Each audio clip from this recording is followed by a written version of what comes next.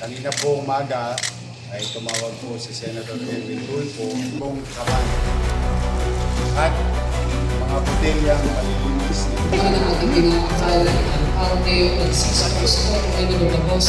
Hi, hello! Subscribe lang kayo dito. Lahat ng viewers ng Rochelle Antigua vlog, please do subscribe and thank you for all your support. Toits, oh. Yeah, no? Ingat!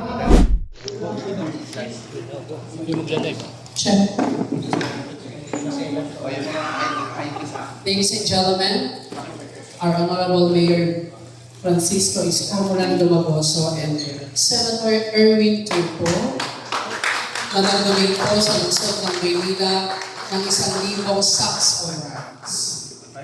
Siyempre kasama rin po natin Congressman Ernest Judicial and Congressman Ernest. Anyway, magandang hapon sa inyo.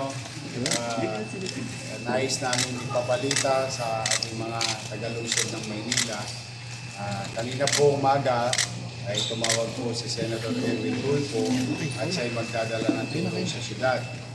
At ito na nga po, 1,000 kaban at mga botelyang malilinis na inuming tubig para sa ating mga taga-lungsod. At bibigay ko muna yung floor kay Senator Edwin. Ay, wala ka naman po, Mayor, siyempre. Kailangan na tulungan kaya mag-declare ng state of calamity ng lungsod. Naisip natin ng Manila lagi po sa mga baha. Nag-usap nga kami ni Mayor, sabi ko, ibigay, sabi niya, dahil na siguro yung mga ticket driver, dahil yun ang kadalasan.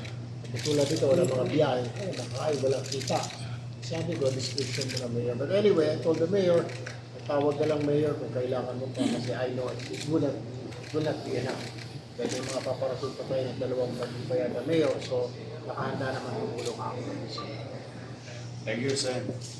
Siyempre kami, na-appreciate namin.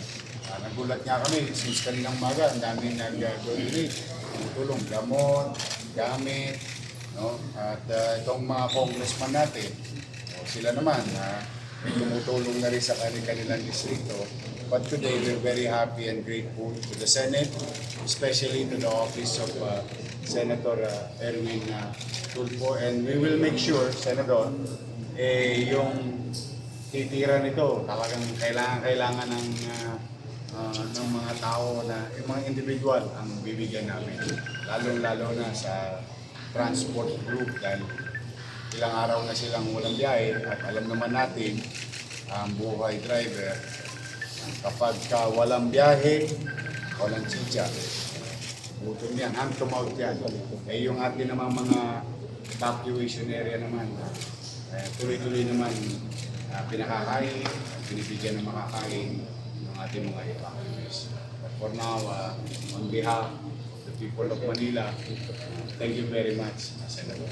Thank you. Nabanggit din po si Mayor kanina, mukhang maganda pong idea. Wala po yata tayong bill o batas. Sabi ni Mayor, baka matulungan mo po ako ng buong Metro Manila magkaroon ng drainage plan. Master plan. Ang Maynila meron ng Quezon City.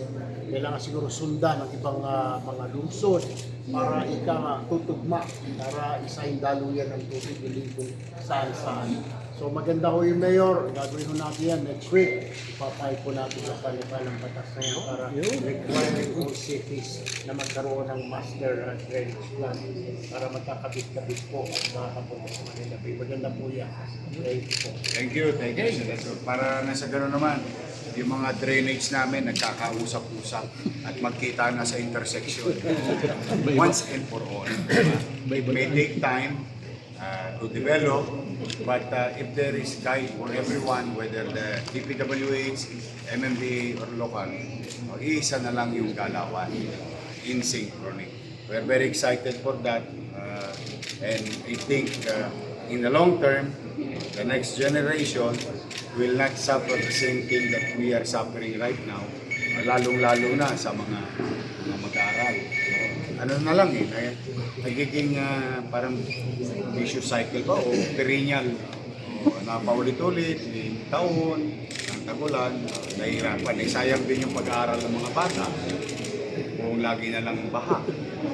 Kawawa din naman, hindi naman proud man yung mga estudyante natin. Diba? Nalangoy na lang isa pa. So, wala kang makuha ang panalo eh.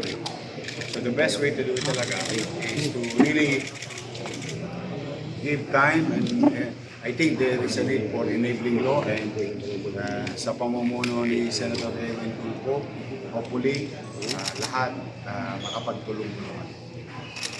Thank you, sir. Oh, luwag tayo. Luwag tayo. Ano lang eh? Nasa taas. Yan.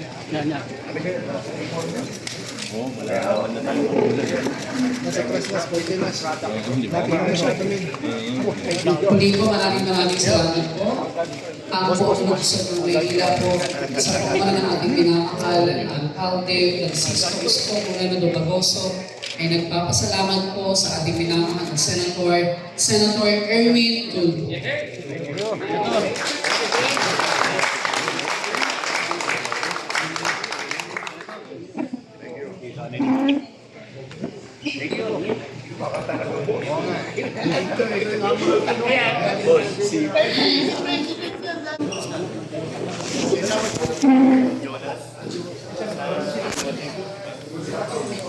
So ito po yung dinonate ni Senator Erwin Tulfo.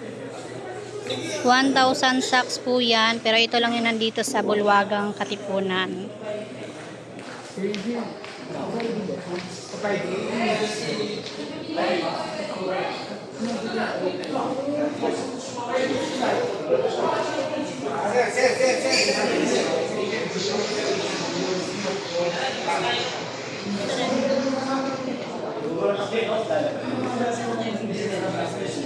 Ano nakalagay dito? Masarap grain.